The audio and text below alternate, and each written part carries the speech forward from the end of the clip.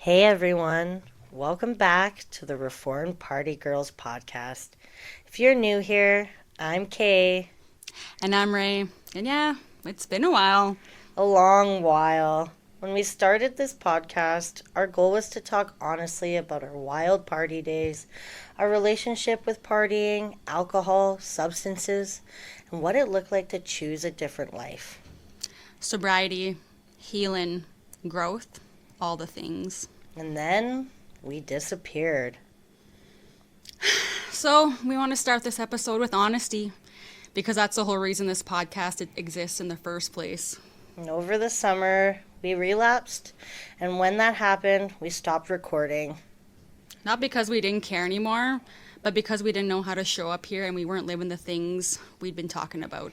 There was a lot of shame, a lot of who are we to say anything now, and honestly, a lot of fear. Fear of disappointing you, fear of disappointing ourselves. So instead, we pretended everything was fine. We went quiet. And here's the thing we really want to say today. Recovery isn't a straight line. It's not clean, it's not aesthetic, it's not a perfect before and after story. Sometimes it takes 2 steps forward and 1 or 10 steps back. Yeah. What matters is that after 6 months, we made a choice. Not a dramatic one, not a perfect one. Just a real one. We chose to come back to an alcohol-free lifestyle. We choose honesty, and we choose to come back here. Not as experts, not as fixed people. But as 2 women who are still learning, still unlearning, and still choosing themselves one day at a time. Amen. This podcast is about growth. It's still about accountability. And it's still about telling the truth, even when it's uncomfortable. Especially when it's uncomfortable. So moving forward, this season is going to look a little different. Yeah, we'll be talking about rebuilding trust with ourselves, what relapse taught us, what starting again actually feels like. We'll talk about boundaries, identity, grief, joy, and the messy middle. Fuck, the middle is messy. And if you're listening right now and you've been falling off a path you thought you were done with, Or you're scared to start again. we just want you to know you're not broken. You're human. And it's never too late to choose differently. We're really glad that you're here. And we're really glad to be back. Welcome back to the Reformed Party Girls podcast.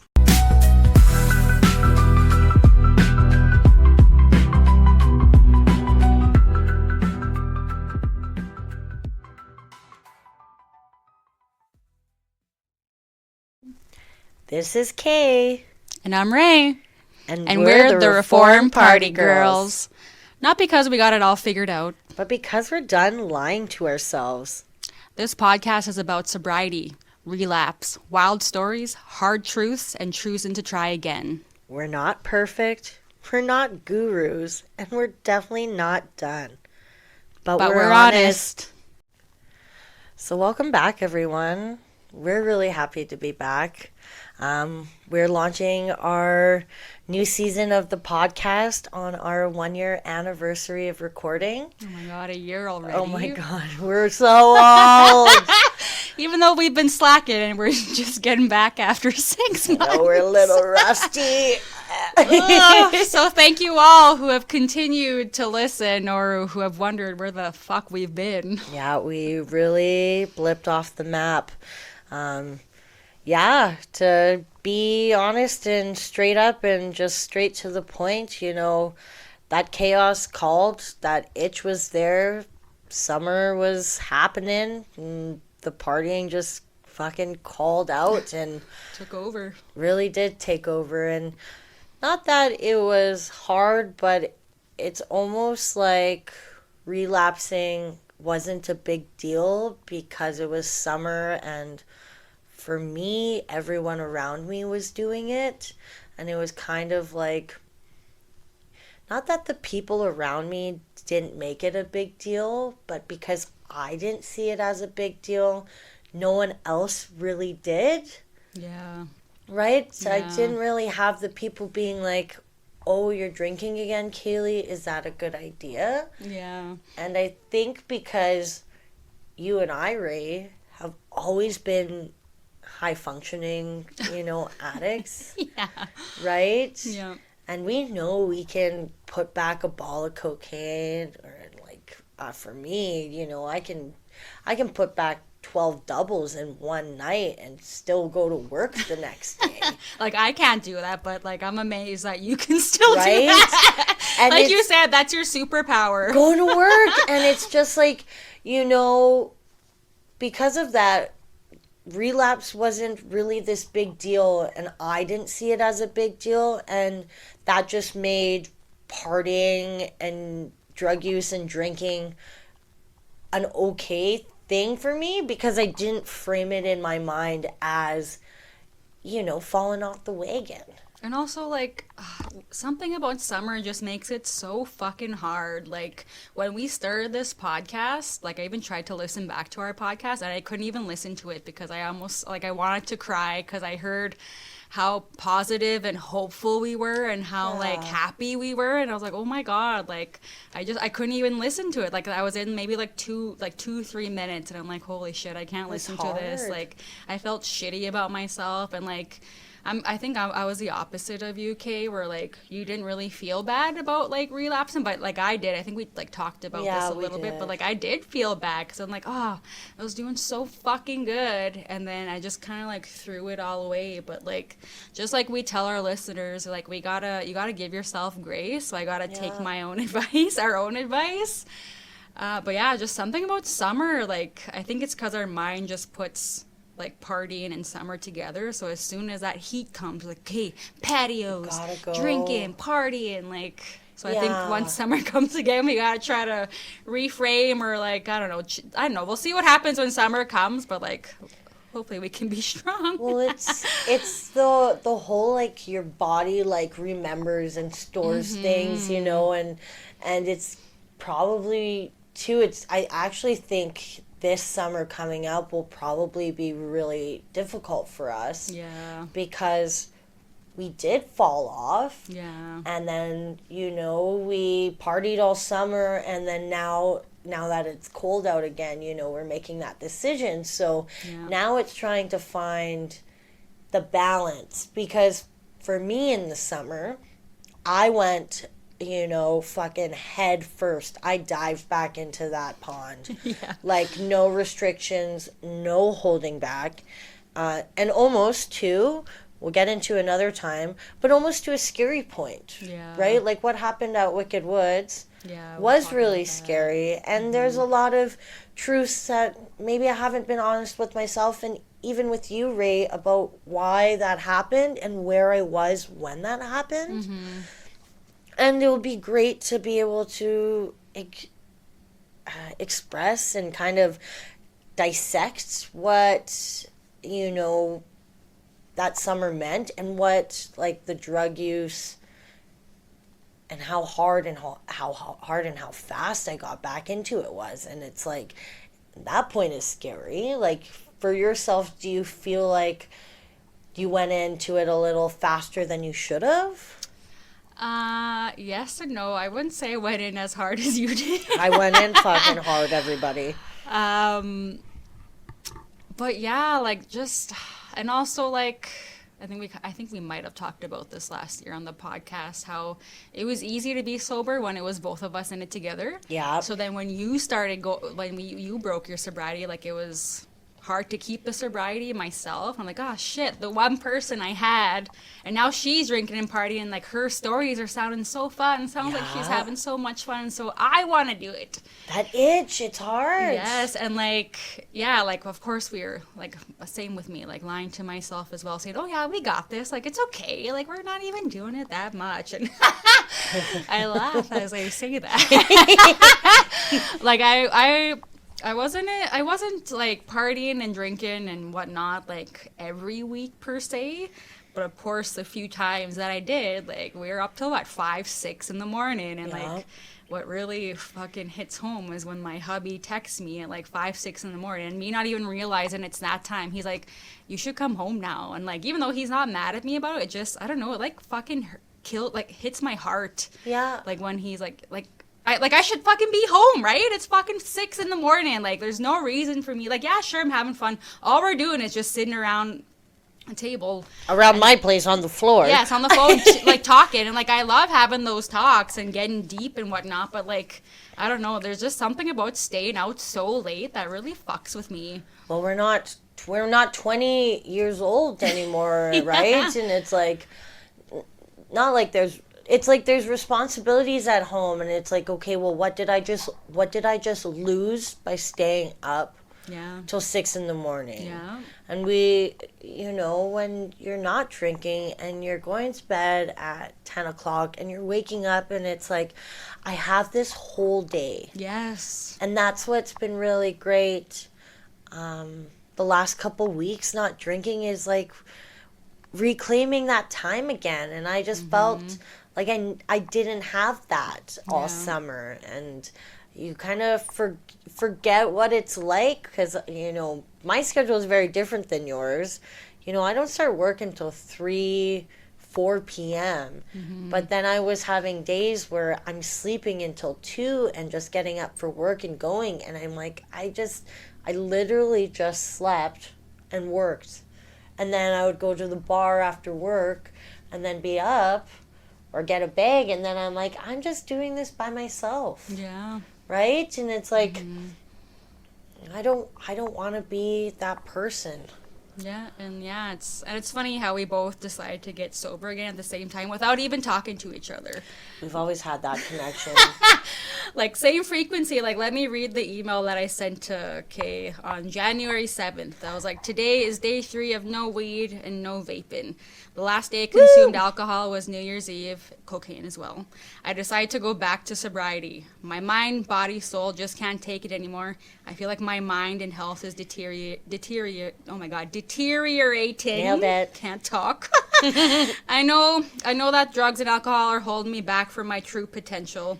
I tried listening to our podcast the other day. I wanted to cry. Hearing how well we were doing, how hopeful we were, and how many good things were happening to us, it was hard to hear, hard to see how far I've fallen in quotations. I wish I didn't relapse. I still beat myself up about it. It's going to be hard being sober again, especially in a world where literally everyone I know drinks. I think I have to seclude myself for a while to not be around it to build my strength. 2025 was a mixture of emotions, highs and lows. All I know is things need to change and I can't continue going on like I've been. Cheers to 2026. I'm very hopeful. And oh, what do you know? Kay responds the same day. Literally decided the same thing. Yes. Here's to our journey back to sobriety. Woo! Yeah, it was a good decision, and it's as soon as Ray stepped in, because we hadn't seen each other since the beginning of December, and I just said to her, I was like, you know what, like, December was a really hard month for me. Like, I got really depressed, and it probably has a lot to do with how cold it is and the holidays, but it was just like, I just was not feeling healthy. I wasn't feeling healthy in my body, in my mind, in my soul.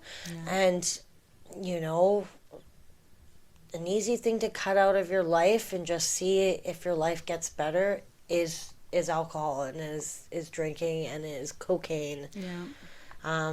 Changes, like, I honestly saw literally right away how much better I felt. Right? Same. Yeah. Oh my god. Like, waking up on a weekend not hungover and like, oh, you can get so much shit done and like you just feel so good. I'm like, oh my god, why did I give this up? It's like recreating that dopamine, right? Yes. And that's what I've like heard is like alcohol is actually like a depressant, and so like it actually like madly drastically affects your mood. And once you like take that out of play and you start actually getting a good night's sleep, your circadian rhythm comes back when you're on like a good schedule.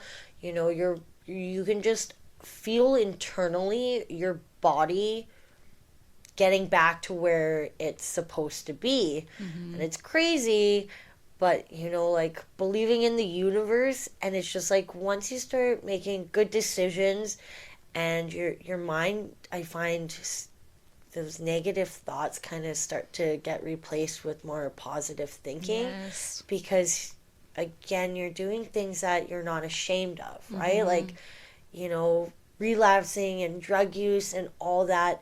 Everyone around us was doing it, but like you Yeah. said, like I had that eternal struggle where I wasn't proud of myself. Yeah. And I knew I wasn't treating myself the best way. And then all that negativity came in. And then that depression hit in December. And I wasn't suicidal, but I had days where I just didn't want to get out of bed. And I just like wasn't, I looked at myself and I was like, I don't even recognize this person in the mirror anymore. Yeah. And how instantly removing that depressant out of my life just like started feeling better, and I feel fantastic. Yes. And I was like, Amen. oh my gosh, I miss this. Yes. Oh, I feel that so much. Yeah. So what was your, like, do you have a specific time or moment where you're like, okay, I'm done, I gotta go get sober again, like I just can't do it? Or was it just like a combination of the whole year? I think it's hard because, my industry, like I'm a bartender right now, where like drinking is a thing. And I think too, for me, where I really struggle is like my personality is so out there. Mm-hmm. And when people go out with me, that's what they see and think is like Haley is this fun party girl, and like she likes to drink and she's a good time.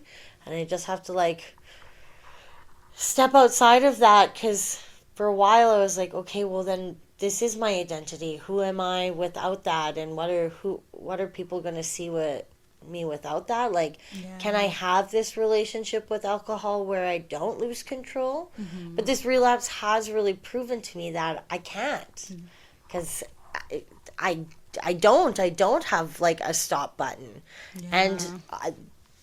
what kind of made it all come to fruition is if I continued, I do think it would kill me. Yeah. I do think partying and the way, maybe not tomorrow, maybe not the next day, but down the road, I'm 32, maybe when I'm 50, alcohol and drug use will take my life, and life is, I want to be here, Yeah. right? Yeah. And so I had actually gotten really sick with food poisoning.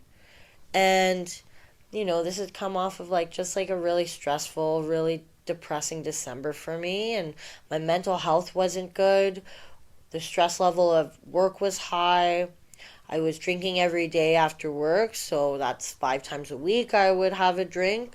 To what extent would vary, but again, I can drink a lot of alcohol. There wasn't always cocaine involved, but, I was probably doing that twice a week.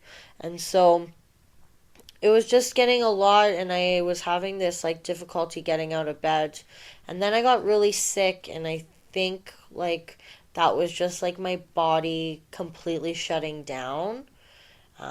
Also, food poisoning is like pretty fucking serious. Oh, yeah. But I had like this really high fever the first day, and like I was shitting my fucking pants. I couldn't eat or drink anything.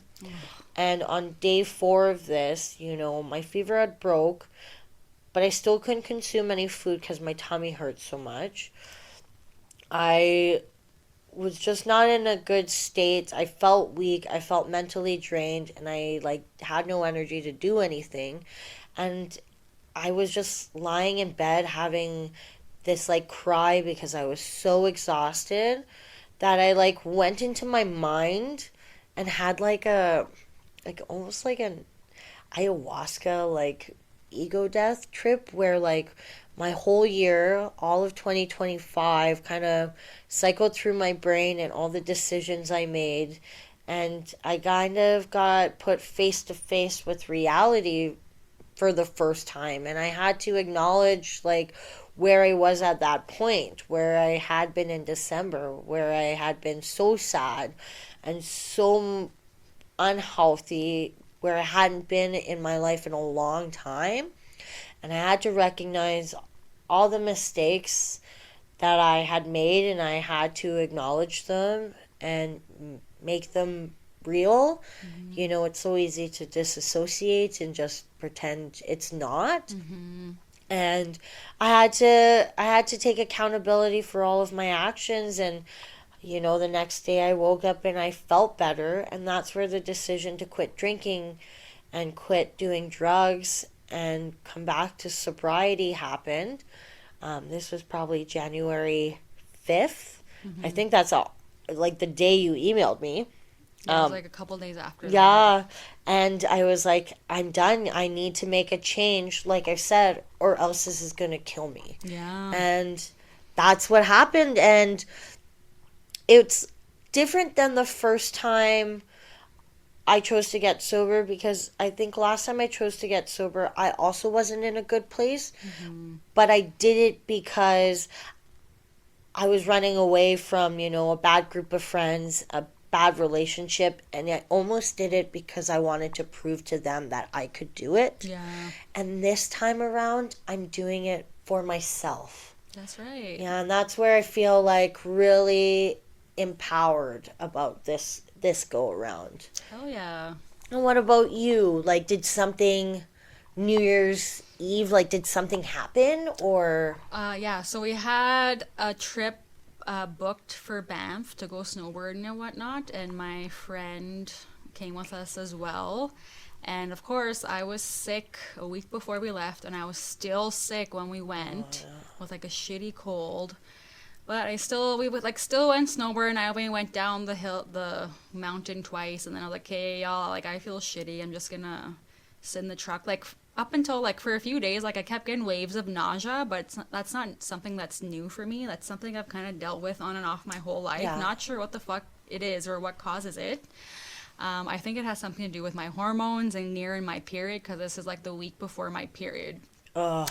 So anyways, so yeah, we go snowboarding during the day, and then at night we got tickets to go to this bar, and my friend, like I didn't bring any cocaine for once, but she's the one who brought it. I told her like I'm too sick, I'm not gonna do any, and then sure as shit, she's like, I know Ray how she is. She'll do something even though she's sick. Yeah. And she was fucking right. But I think that's kind of what put me over the edge. Like it just made me feel so nauseous, and yet here I'd still do some. So finally, like we go to this packed ass bar, and like it would have been so fun, but like my hubby's looking at me. He's like, "You look sick. Like, do you want to just go?" I was like, "No, like I don't want to ruin it for you guys. Like you guys are having fun." And they're like, "No, like we'll just go. We'll just go hang out in the room or something." So yeah, we go back to our room, and like I'm like laying on the bed, like literally writhing in pain, and like I keep like running to the bathroom to either throw up or dry heave.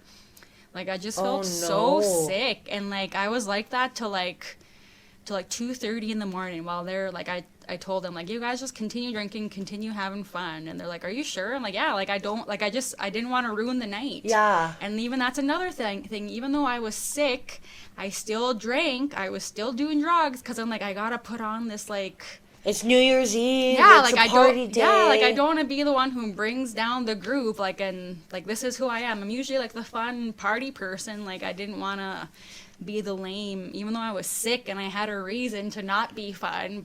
And they were like super understanding. But yeah, just how much pain I was in, like that nausea. Like I've never felt that nausea like that, and it was constant for I think it was like 6 hours, constant nausea.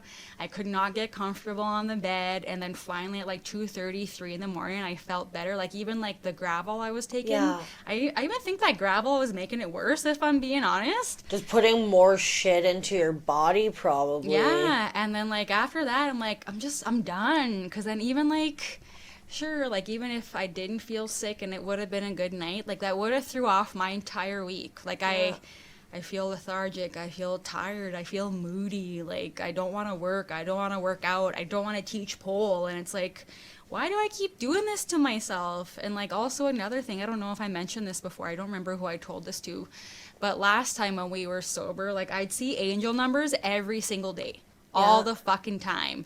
But then, what do you know, like, we start drinking again. Like, I never, ever seen angel numbers. Yep. Oh, but what do you know? I go sober again. Now I'm seeing them every fucking day, all day. I was like, are you kidding me? Okay, universe, I get it. I know. That's the universe. This is what I'm meant to do. Like, I know I gotta be sober, and I just gotta fucking keep it up, because that's when so many good things come my way. So, always. yeah, that was, yeah, what did it for me was New Year's Eve, and I think that just goes to show how mentally resilient you and I and, anyone else who is on a journey of any sort where it seems impossible, like when you're doing it, like I honestly felt I was like, I don't know if I could ever quit drinking again. Yeah. That question crossed my mind. Like, I was like, Same. I don't think I could do it again. Yeah. But here we are. And it's not like you and I hit like a rock bottom where it's No. like, we were going to be living on the streets because drugs and alcohol took over. We just hit a point in our life where we just said, you know what, we can't do this It anymore. just doesn't make us feel good. It doesn't make us feel like good. It's impeding on our life, and like Yeah. we could like I said, like we're losing out on our true potential. I feel like. Yeah. And we're young, even though we're old. No, we're young. Yeah, Don't we're say young. that. We're young. But there is so much opportunity, and even myself. It's just I want to be healthy. I want Yes. to be capable of taking my care of myself when I am in old age, and I don't want drugs and alcohol to like impede.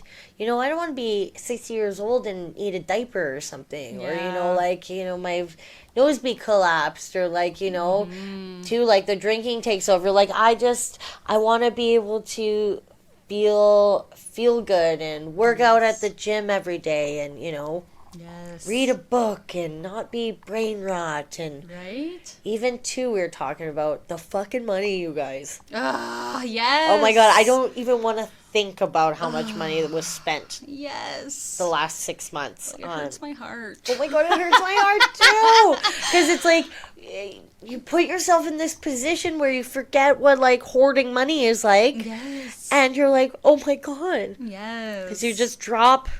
The last time we went out, that was like a $600 night for me, Oh my gosh. right? Yeah. And you're like, ah. Yeah, the money thing. Like, I'm still trying to recuperate my money because, like, in November, we went to Mexico for a week, so we have a whole week off where I'm not working. And then in December, we get our 2-week holiday from work, so another Yeah. 2 weeks not working. And then, yeah, just trying to, like, and then plus, like, Christmas time and traveling expensive. time and, like, vacation. And now I'm like, oh my God, I'm, like, struggling right now.